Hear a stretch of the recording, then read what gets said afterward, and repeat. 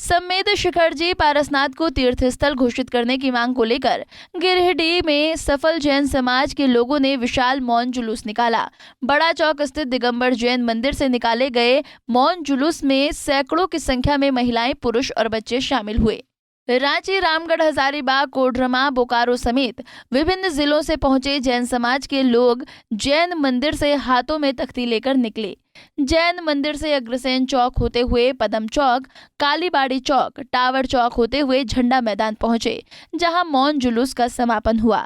इसके बाद जैन समाज के लोगों ने प्रधानमंत्री और मुख्यमंत्री के नाम से अपनी मांगों का ज्ञापन सौंपने कार्यालय से निकल गए। इस विशाल मौन जुलूस में मारवाड़ी, सिख, बरनवाल समाज समेत कई समाज के लोग शामिल थे।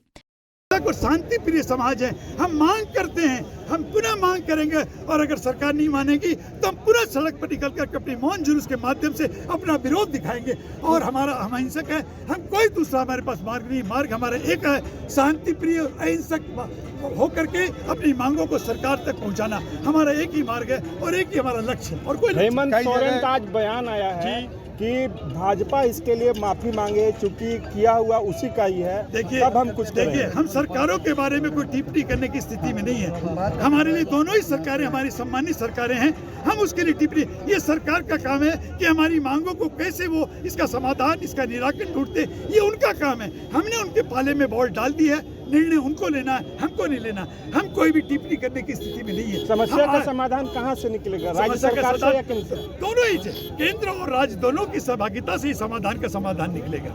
और हम समझते हैं दोनों ही सरकारें चिंतित हैं, जो पूरे देश में और देश के बाहर भी जो इतना उग्र रूप ले रही है। हमारा सारी जितने भी देश के जितने प्रांतों के अंदर, शहरों के अंदर हुआ है ये रैली, सब जगह मौन रैली है। क्योंकि मैंने आपको शुरू में कहा, हम अहिंसक हैं, शांति प्रिय हैं, अहिंसा हमारा सबसे बड़ा सत्र है। हम अहिंसा के बाहर में जाकर के कोई भी काम नहीं कर सकते, हमारा धर्म इसकी इजाजत, अनुमति नहीं देता है।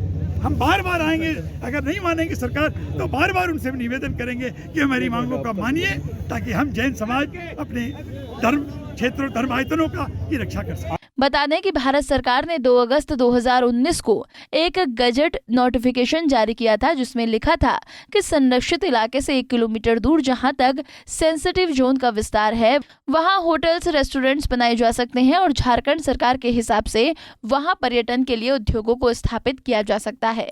और यही बात अब जैन समाज के लोगों को चिंतित कर रही है। शाश्वत सम्मेद शिखर सिटी क्षेत्र के लिए निकाला, इस क्षेत्र हमारा शाश्वत है, इसमें हमारे 20 तीर्थंकर भगवान से मोक्ष गए हैं। हमारी इच्छा है जो सरकार और केंद्र सरकार जो भी कोई फैसला दे रहा है वो जैन समाज को सोच के विचार के दे। और हमारी विचारधारा है कि हम सबको लेके चलते हैं, हमने किसी से कोई अपेक्षा नहीं करी, आज तक हमने किसी से कुछ मांगा भी नहीं। हमारी एक ही मांग है, जो शब्द आप कह रहे हैं वो शब्द हमको स्वीकार नहीं है। हमारा सिद्धांत है जियो और जीने दो। हम चाहते हैं कि हमने जो अभी आज हमने जुलूस निकाला है वो मौन पूर्वक निकाला है। हम चाहते हैं, हम शांति के प्रतीक देना चाहते हैं समाज को और देश को भी। हम चाहते हैं हमारा सम्मेद शिखर है वो तीर्थ घोषित हो, पर्यटक घोषित ना हो। हमारा विरोध इसी में है और हम कुछ नहीं चाहते सरकार से। इनका मानना है कि जब संरक्षित इलाके के आसपास होटल्स और रेस्टोरेंट्स बनेंगे तो यहाँ लोग धार्मिक आस्था से नहीं आएंगे, बल्कि सिर्फ पिकनिक मनाने के लिए अपने दोस्तों, परिवारों के साथ यहाँ आएंगे, जिससे इस क्षेत्र की पवित्रता भंग होगी।